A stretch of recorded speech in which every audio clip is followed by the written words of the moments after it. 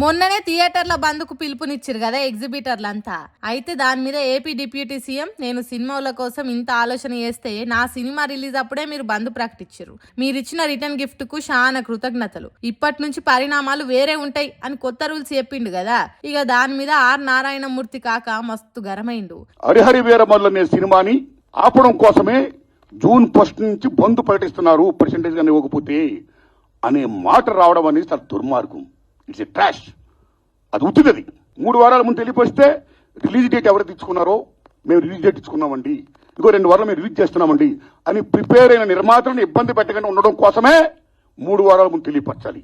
So June 1 బంద్ ప్రకటిస్తే ఒకవేళ June 12 అంటే 2 వారాలు కూడా కాదు కదా. ఏ రకంగా మీకు హరిహర వీరమల్లుకి అది వర్తింపు చేస్తుందండి? అది కరెక్ట్ కాదు. అసలు థియేటర్ల బంద్ అని ఎవరు ప్రకటించలే. బంద్ ఉంటే 3 వారాల ముందే ప్రకటిస్తారు. ఇదేం చక్కగా తెలుసుకోకుండా నా సినిమా హరిహర వీరమల్లు మీదనే కావాలని కుట్రలు చేస్తారని తెలియకుండా ఎంత వస్తాంత స్వయంగా పవన్ కళ్యాణ్ అనుడు కరెక్ట్ కాదు అని మాట్లాడిండు మూర్తన్న.